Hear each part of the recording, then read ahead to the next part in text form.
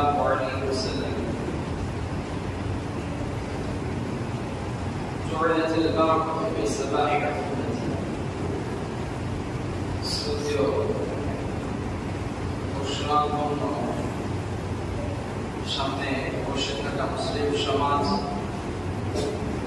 সমস্ত প্রকার প্রশংসা ও গৌরবিত সে মহান আল্লাহ তাবারক ওয়া তাআলার জন্য,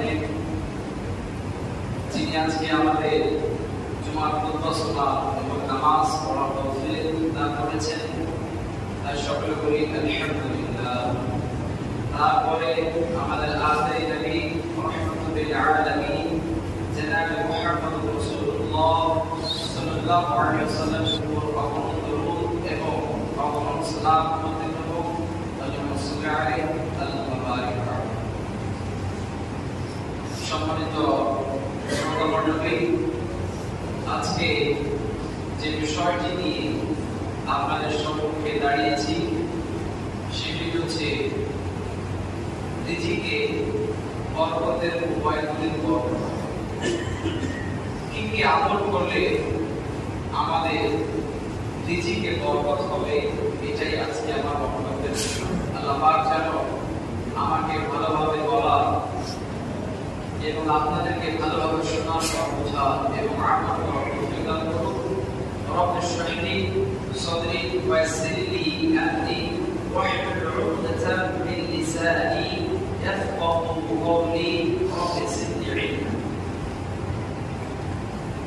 সম্মানিত সুধী, এই রিজিক এমন একটি বিষয় যে গরিব হোক অথবা ধনী হোক, সেটা যে কোনো পরিবারের হোক, যে কোনো দেশের লোক হোক, সবাই চিন্তিত। সবাই চিন্তার মধ্যে আছে যে রিস্ক কিভাবে অর্জন করব, অথবা আমি যে বর্তমানে রিস্ক অর্জন করছি এই ভবিষ্যতে আমার এই মাধ্যম, এই ব্যবসা, এই চাকরি থাকবে কিনা, সবাই না হলেও একটু চিন্তিত। এই রিস্কের মধ্যে যদি আমাদের বরকত থাকে তাহলে অল্পে আমরা সন্তুষ্ট হতে পারবো, সুখী হতে পারবো। এবং যদি আমাদের এই রিস্কে বরকত না থাকে তাহলে দেখা যাবে যে মাস বছর শেষে ভালো একটা রিস্ক আমরা অর্জন করি কিন্তু খুশি হতে পারি না, সুখী থাকতে পারি না। তার বড় একটা কারণ বুঝে নিতে হবে যে বরকত নেই। লক্ষ্য করবেন যে অতীতে আমাদের বাপ চাচাদের নিয়ে ভাবেন, দাদাদেরকে নিয়ে ভাবেন, আমাদের বাল্য সময়টাকে নিয়ে একটু ভাবেন। সে সময় আমাদের বাবার শরীরে ভালো একটা পোশাক থাকতো না, একটা থেকে দুটো পোশাক কোন রকম আব্বা ইনকাম করে নিয়ে আসতেন, আবার সেই দিনই খাবার শেষ হয়ে যেত। থাকার একটা ভালো ব্যবস্থা ছিল না, সেরকম সুবিধাজনক খাবারের ভালো ব্যবস্থা ছিল না ইত্যাদি। কিন্তু দেখেন, সেই দিনগুলি ছিল সুখের দিন। সেই দিনগুলোতে আমরা খুশি আনন্দের সঙ্গে কাটিয়েছি। পক্ষান্তরে যদি আপনি এখন চিন্তা ভাবনা করেন, খাবার দিক দিয়ে, পোশাকের দিক দিয়ে, সর্বদিক দিয়ে আমরা হয়তো উন্নত হতে পেরেছি, এরপরেও আমরা বিষণ্ণতায় ভুগছি, এরপরও আমরা অশান্তিতে, এরপরও আমরা বেশি বেশি অসুখের মধ্যে ভুগছি। এর বড় একটা কারণ আমাদের জীবনে বরকত না থাকার কারণে। তো আজকে এই বরকত কি কাজ করলে আমাদের এই জীবনে বরকত আসবে, গুরুত্বপূর্ণ একটা বিষয়।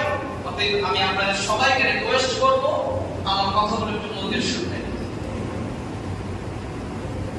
আপনি যদি আপনার জীবনে ব্যবসায় রিস্কে যদি বরকত চান, প্রথম কাজ যেটা আপনাকে করতে হবে সেটা কি? তাকওয়া অর্জন করতে হবে। তাকওয়া কাকে বলা হয়? তাকওয়ার একটি অর্থ হচ্ছে আল্লাহর ভয়, আরেকটি অর্থ হচ্ছে ছোট এবং বড় যত প্রকার পাপ এবং হারাম কাজ রয়েছে সে সমস্ত পাপ এবং হারাম কাজ থেকে নিজেকে বাঁচিয়ে রাখার নামে হচ্ছে তাকওয়া, এবং এদেরকে বলা হয় মুত্তাকিন। তাহলে সর্বক্ষেত্রে আপনাকে খেয়াল রাখতে হবে, আমি যে কথাটা বলছি, আমি যে কাজটা করছি, আমি যেভাবে বিজনেসটা করছি, এটা হালাল না হারাম, এটা বৈধ না অবৈধ, এটা সুন্নাত না বিদআত, এটা লক্ষ্য করে আপনাকে কাজ করতে হবে। আল্লাহ পাক সূরা আরাফের 96 নম্বর আয়াতের মধ্যে বলেন, ওয়ালাউ আন্না আহলাল কুরআ আমানু ওয়াত্তাকু লাফাতাহনা আলাইহিম বারাকাতিন মিনাস সামা। যদি জনপদের লোকেরা, যদি দেশের লোকেরা ঈমান নিয়ে আসতো, ওয়াত্তাকু, এবং তারা আল্লাহকে ভয় করত, ছোট বড় সমস্ত পাপ থেকে বেঁচে থাকতো, লাফাতাহনা আলাইহিম বারাকাতিন মিনাস সামা, তাহলে আমি আসমান থেকে বরকতের দরজা তাদের উপরে খুলে দিতাম। একটা বরকত নয়, বারাকাতিন মিনাস সামা প্লুরাল শব্দ ব্যবহার করা হয়েছে, বহুবচন শব্দ ব্যবহার করা হয়েছে, বারাকাত, অনেকগুলো বরকতের দরজা আসমান থেকে আমি খুলে দিতাম।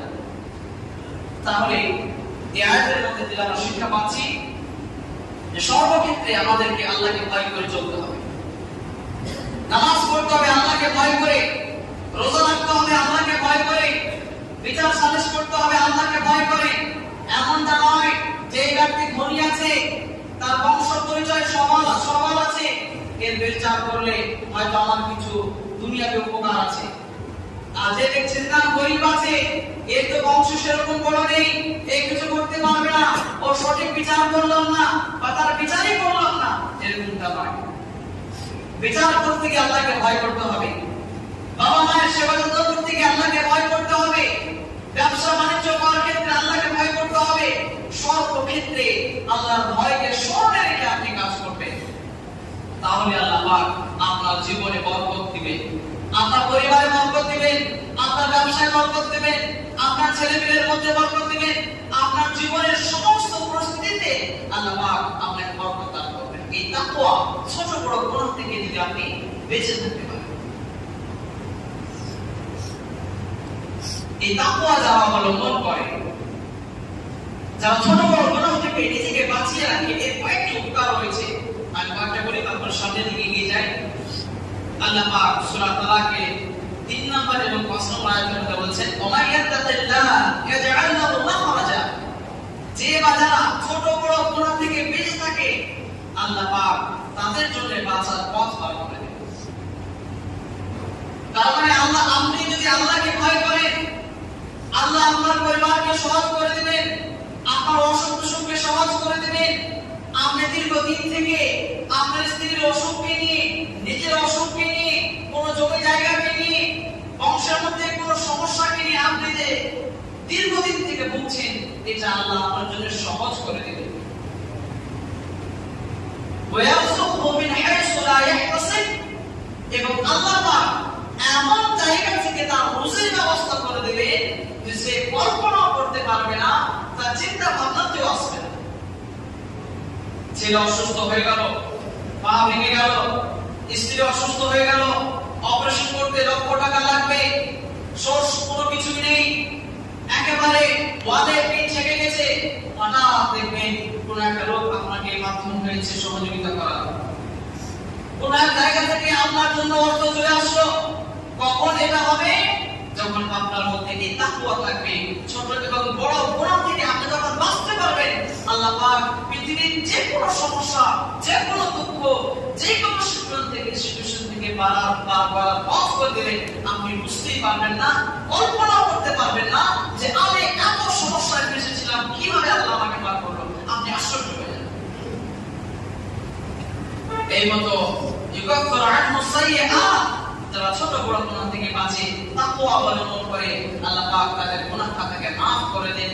এই মতো ইউসুফ লাহু আজরা, কিয়ামতের দিন মৃত্যুর পরে তাদের মহা পুরস্কার রয়েছে। অতএব সর্বক্ষেত্রে আল্লাহকে ভয় করবেন এবং ছোট বড় গুনাহ থেকে বাঁচার চেষ্টা করবেন। আল্লাহ পাক আপনার পরিবারে, ব্যবসাতে বরকত দান করবেন, যার কারণে আপনি অল্প সন্তুষ্ট হতে পারবেন ইনশাআল্লাহ। দ্বিতীয় নম্বর কারণ যেটা করলে আপনার জীবনে বরকত নেমে আসবে সেটা হচ্ছে কাসরাতুল তিলাওয়াতিল কুরআন।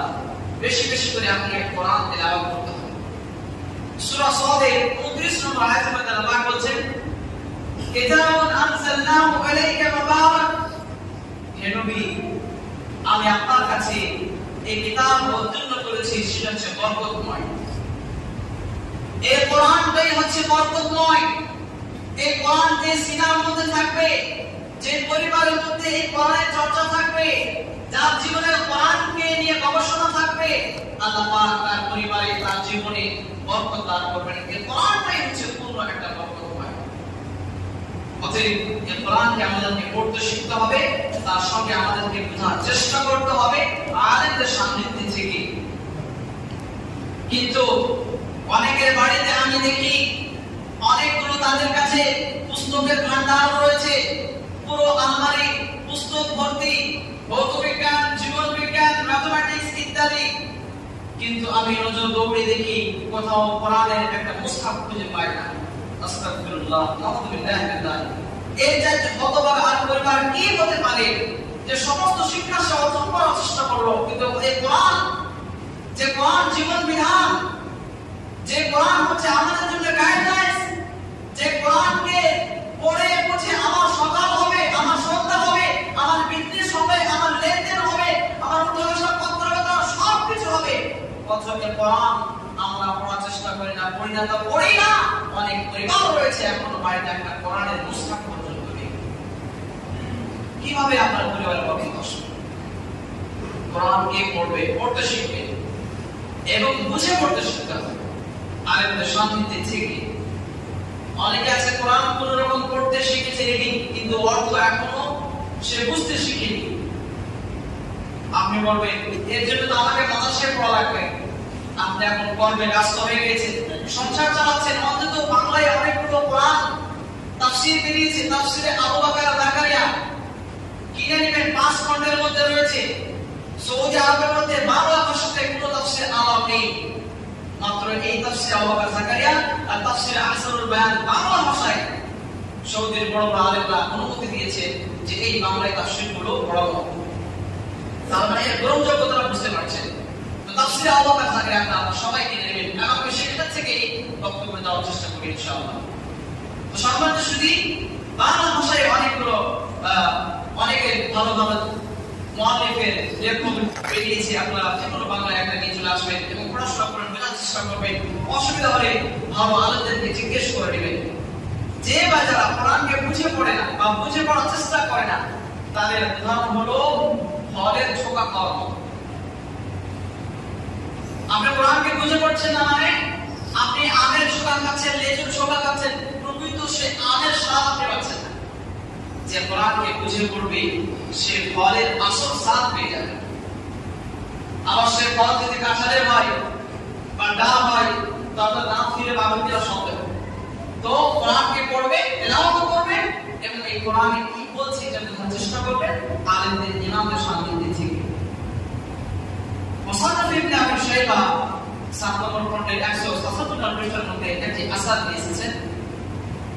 আবু হুরায়রা রাদিয়াল্লাহু তাআলা আনহু বলেন, البيت الذي تلي فيه كتاب الله اتسع أهله وكسر خير وحضرته الملائكة وخرجت منه الشياطين। যে বাড়িতে কোরআনের তেলাওয়াত করা হয় সেই বাড়িতে আল্লাহ পাক প্রশস্ততা দান করেন, সেই পরিবারকে আল্লাহ পাক সচ্ছল অবস্থা দান করেন, সহজ করে দেন।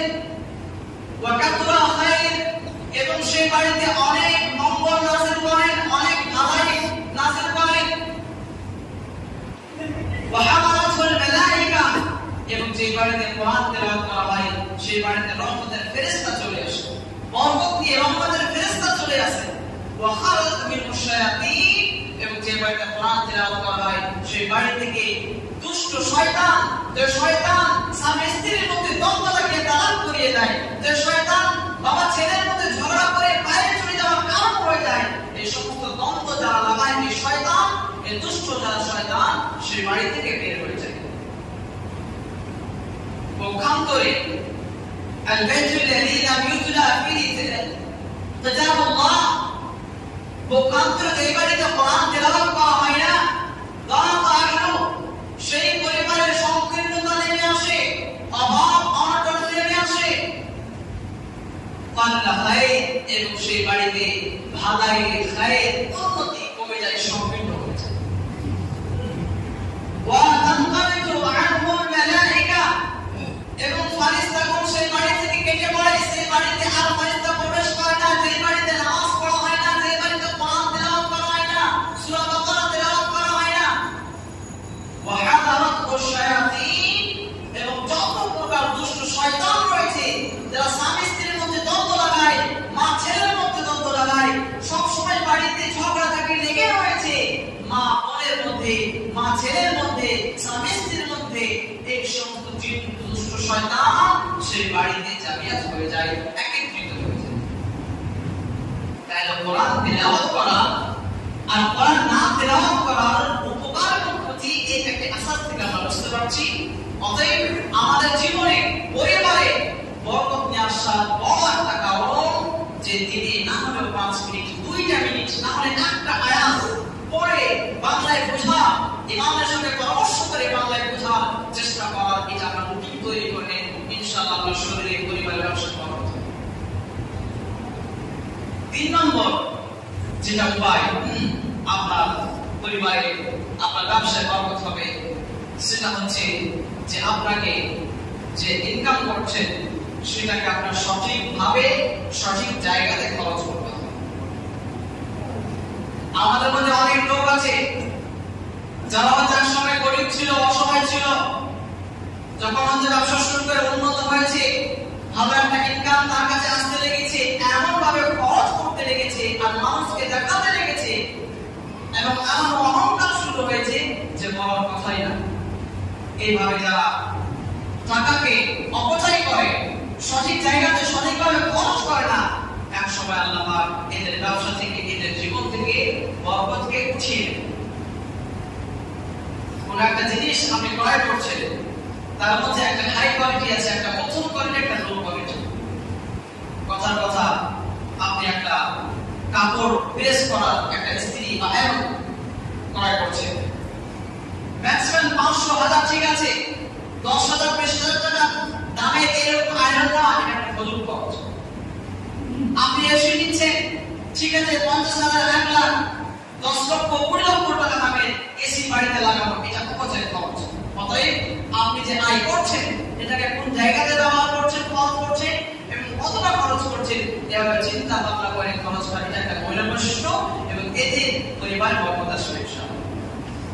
ইন্নাল মুবাযযিরিনা কানু মিন আখওয়ালিশ শায়াতিন, আল্লাহ পাক কোরআনের মধ্যে বলছেন যারা অপচয় খরচ করে, যারা বেশি বেশি খরচ করে, যে জিনিসটা কেনার দরকার ছিল না, না থাকলে কোনো বড় ক্ষতি হবে না, অথচ বেশি বেশি টাকা দিয়ে এমনিতেই কিনে নেয় মানুষকে দেখানোর জন্য, না কেনার জন্য, এরা হচ্ছে শয়তানের ভাই, এদের থেকে বরকত উঠে যায়। অতএব খুব বেশি অপচয় করা থেকে বেঁচে থাকবে। 4 নম্বর যেটা কারণ সেটা হচ্ছে পূর্ণভাবে আল্লাহর উপর ভরসা করা। পূর্ণভাবে আল্লাহর উপর ভরসা করতে হবে। ভরসা কিভাবে করব এটা আমরা অনেকে বুঝতে পারি না। অনেক আল্লাহর উপরে তাওয়াক্কুল করা, ভরসা করার অর্থ এটাই নয় যে আপনি কাজ করবেন না, বাড়িতে বসে আছেন, কোরআন তেলাওয়াত করছেন, জিকির আজকার করছেন, নামাজ পড়ছেন, আর ভাবছেন যে না চাল ছিদ্র হয়ে আসমান থেকে আল্লাহ আমার খাবার পাঠাবে, আল্লাহ আমার পরিবারের ব্যবস্থা করবে, অথচ আপনি বাড়ি থেকে বের হচ্ছেন না, বাড়িতে বসে আছেন, এটা ভরসার পরিপন্থী, এটা ভরসার অর্থ নয়। আল্লাহর উপরে ভরসা পূর্ণভাবে করতে হবে। এর অর্থ হলো আপনাকে বাড়ি থেকে বেরিয়ে কাজ খোঁজার চেষ্টা করতে হবে, কাজ করার চেষ্টা করতে হবে। আরেকটা বিষয় কি, এটাও একটা ভুল কি, যে সম্পূর্ণ নিজের উপরে ডিপেন্ড করা, যে না আমার ট্যালেন্ট আছে, আমার দক্ষতা আছে, আমি এই কাজটা ভালোভাবে জানি, আমি লক্ষ্য 10,000 টাকা ইনকাম করবেই, আমাদের কেউ কথা দিতে পারবে না, এমনকি তার আল্লাহর উপরে ভরসা কেটে গেছে, এটাও ভুল। তাহলে ভরসা হলো বাড়ি থেকে বেরিয়ে আল্লাহর উপরে ভরসা করে আপনাকে কাজ করার, কর্ম করার, কর্ম খোঁজার চেষ্টা করতে হবে, এটা হচ্ছে ভরসা।